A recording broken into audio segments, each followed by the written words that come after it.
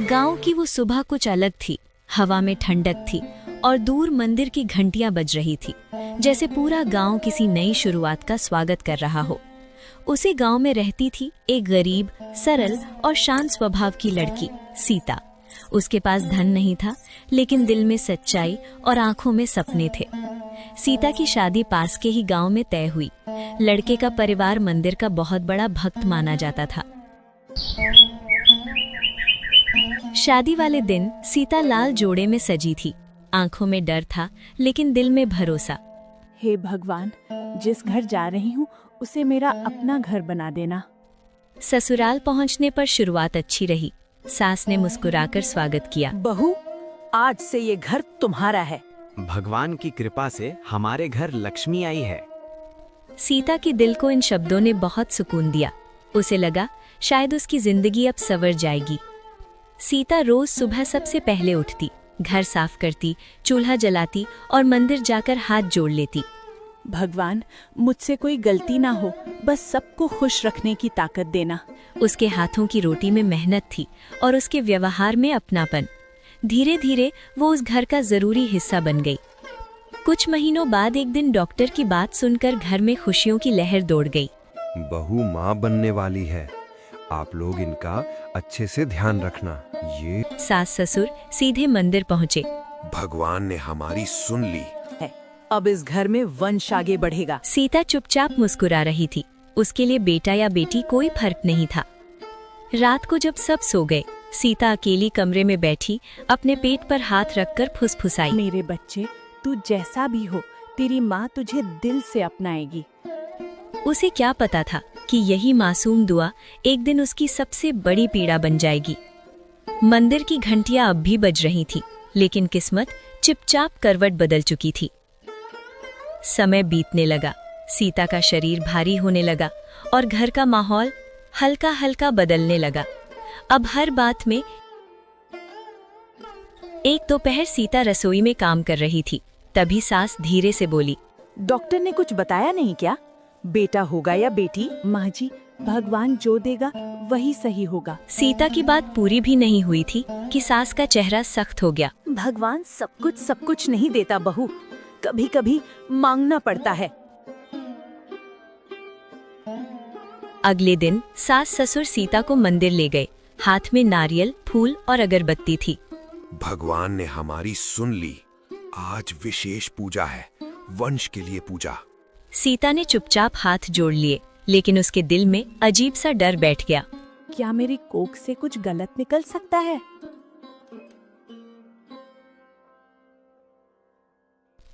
उस रात सीता को नींद नहीं आ रही थी। बगल वाले कमरे से धीमी धीमी आवाजें आ रही थी। अगर बेटी हुए तो हमारे खानदान में ये नहीं चलेगा। अगर फिर से वही हुआ ना, तो आज इस खानदान की बदनामी खत्म कर दूंगा। सीता के हाथ कांपने लगे, उसकी सांसें तेज हो गईं।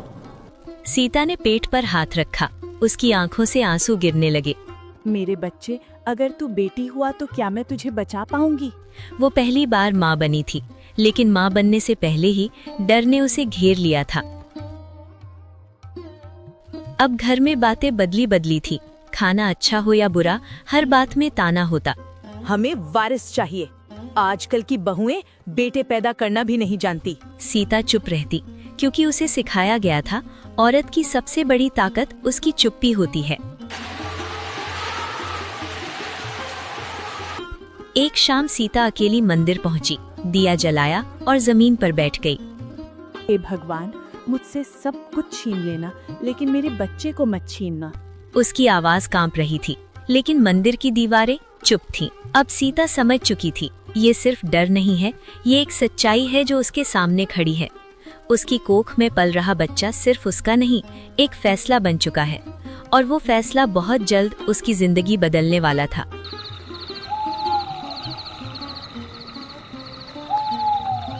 वो रात, जिस रात हर माँ अपने बच्चे को सीने से लगाने का सपना देखती है, सीता के लिए वही रात जिंदगी की सबसे डरावनी रात बन गई।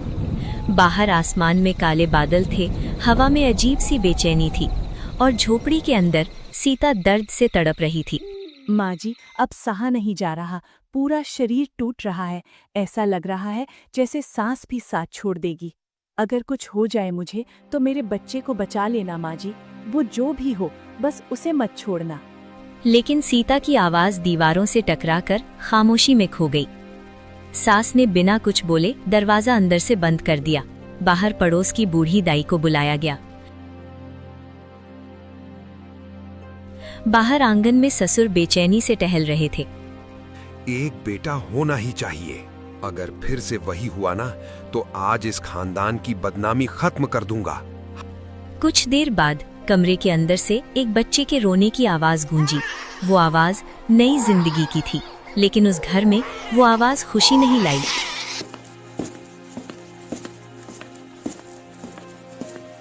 बहू ने बच्ची को जन्म दिया है, बहुत प्यारी है, बिल्कुल माँ जैसी।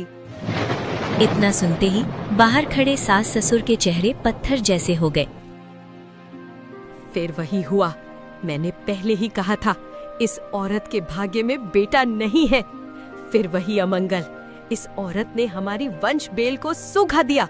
हमने साफ कहा था, हमारे घर की चौखट पर बेटी नहीं चलेगी।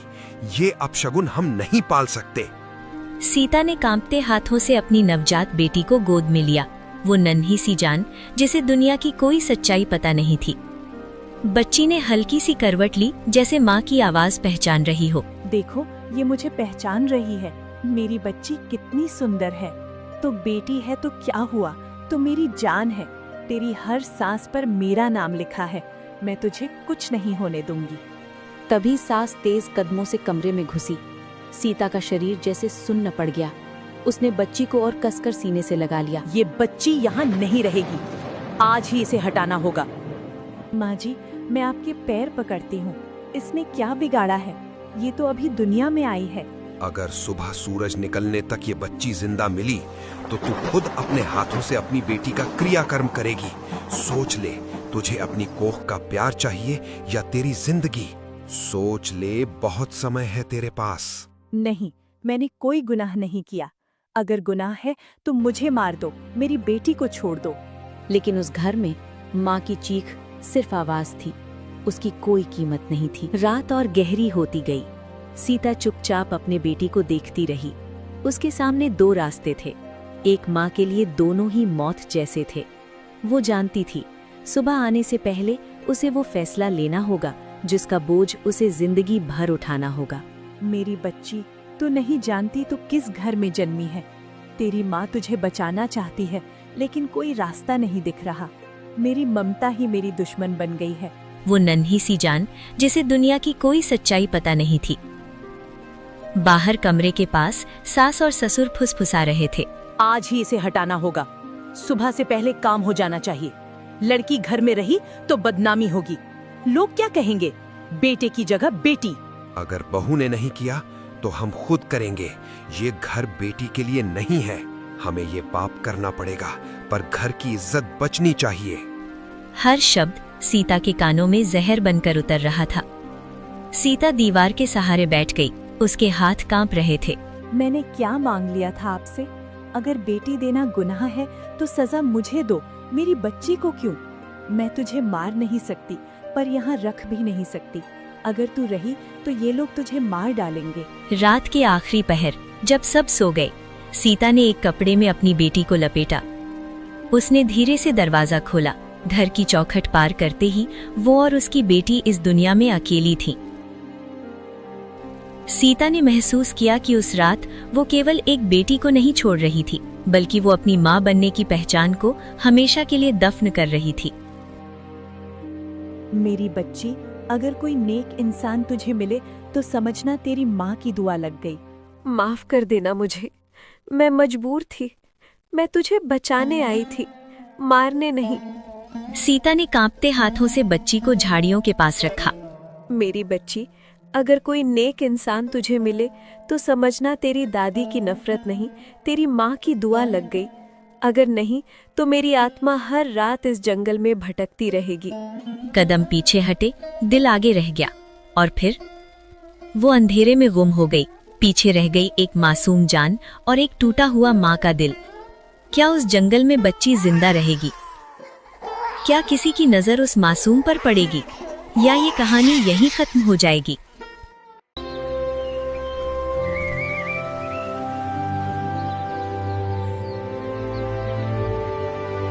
उसी जंगल के पास एक गरीब किसान रहता था, हरी।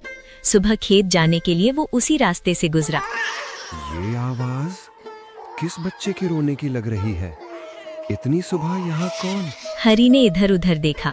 कदम अपने आप झाड़ियों की ओर बढ़ गए। झाड़ियों के बीच कपड़े में लिपटी एक नन्ही सी जान थी। हरी की आंखें भर आईं। हे भगवान, इतनी छोटी बच्ची, किस पत्थर दिल ने इसे यहाँ छोड़ दिया? बेटी, तेरी माँ कितनी मजबूर। उसने बच्ची को धीरे से गोद में उठाया और अपने घर की ओर चल पड़ा। हरी की झोपड़ी छोटी थी, गरीबी साफ दिखती थी। उसकी पत्नी धनिया दरवाजे पर खड़ी थी। ये बच्ची कहाँ से ले आए हो? जंगल से।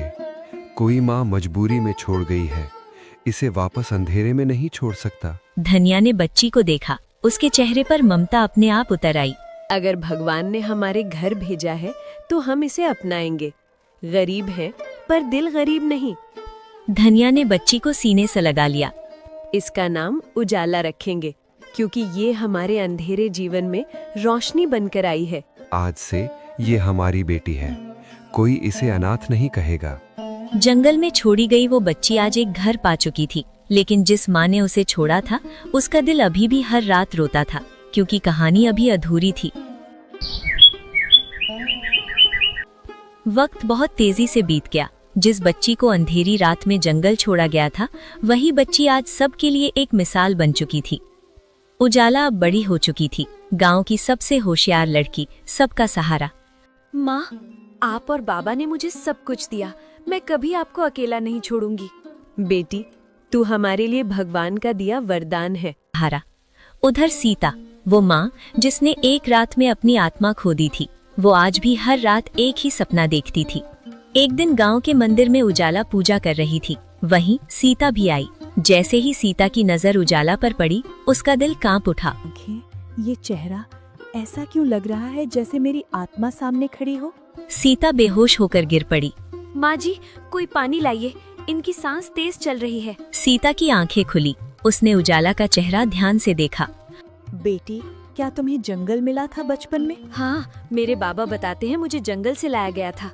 मैं ही हूँ तेरी माँ, मैं मजबूर थी, मुझे माफ कर दे। उजाला की आंखों से आंसू बह रहे थे। माँ कभी गलत नहीं होती। आपने मुझे जन्म दिया ताकि मैं इन बाबा और माँ को जीवन दे सकूं। मैं दोनों की बेटी हूँ और आपको भी तो मैंने ही बचाया। धनिया और हरी भी वहाँ पहुँच गए। माँ कभी गलत नहीं होती, हालात उसे गलत बना देते हैं। अगर बेटी खुश है तो हम सब एक परिवार हैं। माँ, अब आप अकेली नहीं हैं, आप हमारे साथ रहेंगी। उजाला ने सीता का हाथ थाम लिया। जिस समाज में बेटी बोझ मानी जाती है, वहीं एक बेटी 3 जिंदगियां बचा लेती है, क्योंकि बेटी को छोड़ने वाली माँ गलत नहीं है, बेटी को मारने की सोच गलत होती है।